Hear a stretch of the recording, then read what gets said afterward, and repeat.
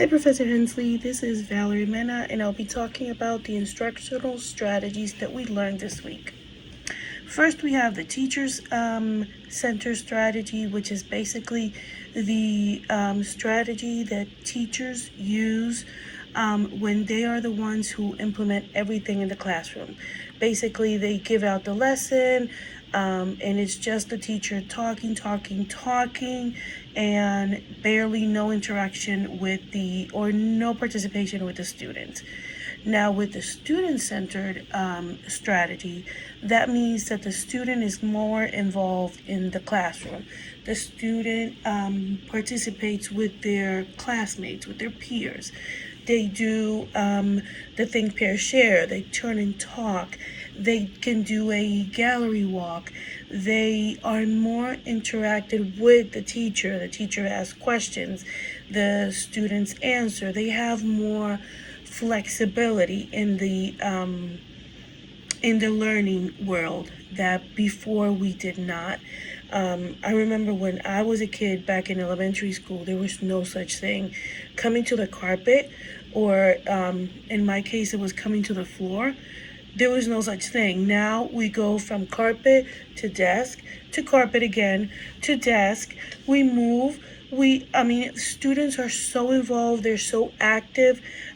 We just did today a reading about an paleontologist, and I acted out the digging, the shoveling, the cleaning with the brush. I acted out everything. We were reading a paleontologist journal.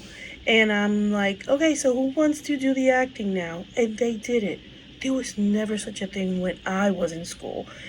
So to me, this is a very, very good strategy to use nowadays because students remember what they learned. Now let's go ahead and talk about the learning theories.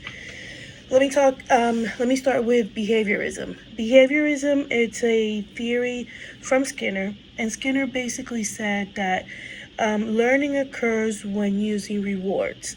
In this case, in our school, we use PBIS rewards.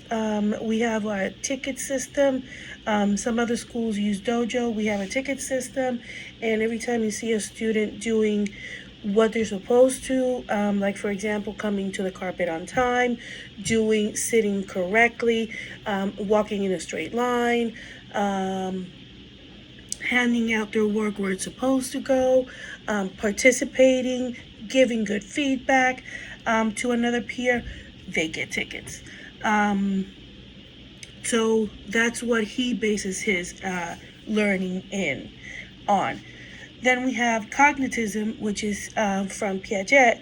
Piaget says that is how the mind works during the learning process.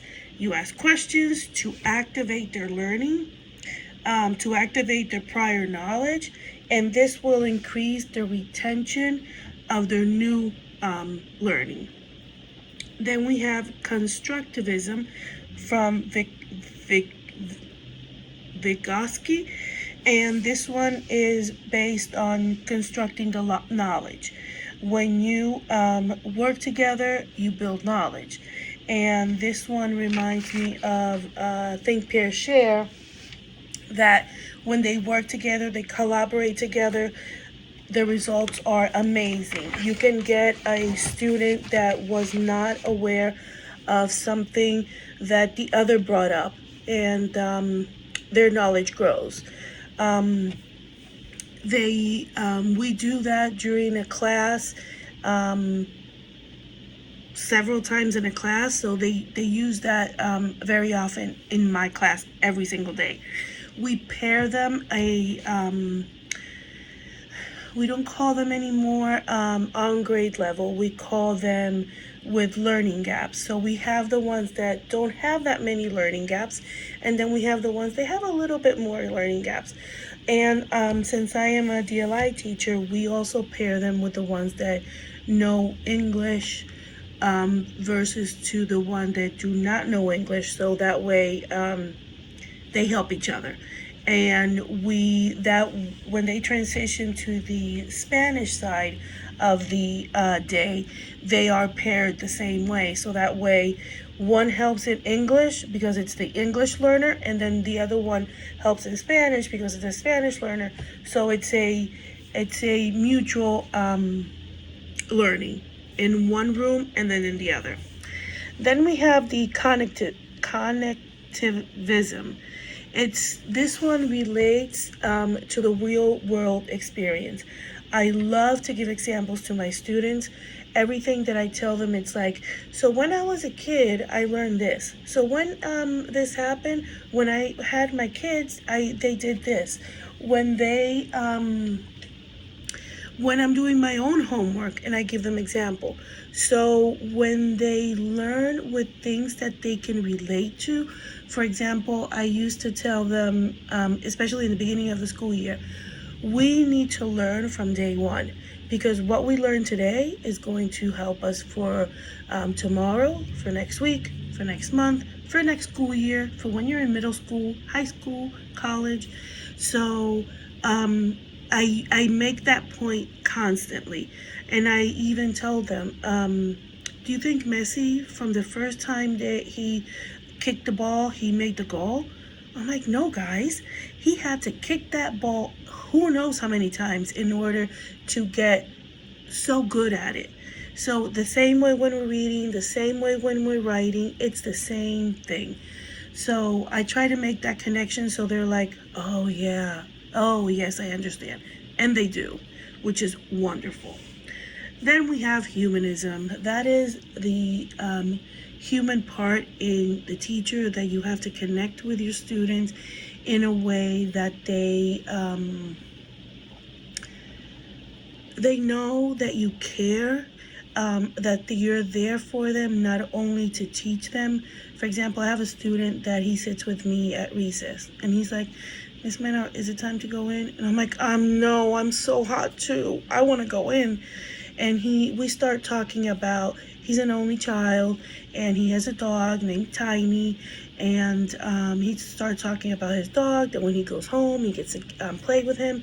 And even I was telling Dad, we just had parent-teacher last week, that he has Tiny, which is his dog, because he doesn't have any brothers or sisters. And Dad wanted to die. His face was like, I don't even want to know what else he tells you. And I'm like, no, that was it. He's pretty. We talked about the monster trucks that he likes, and Tiny. Nothing else. Don't worry.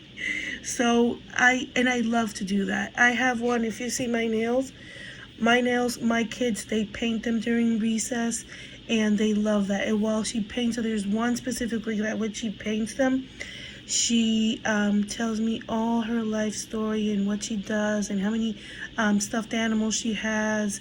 And tomorrow, what color of nail polish do you want, Miss Mena? And I'm like, blue. She's like, what about purple? And I'm like, okay, Mariana, whatever color you want. So I think that when you connect in that level, oh my gosh, they give you the world. And to me, it has been very, very impressive, coming from a totally different background that it was not teaching. It has been so rewarding. And learning the theory of the theories, I know the why. I was doing the how, but I did not know the why. So very, very interesting topic. Thank you for listening.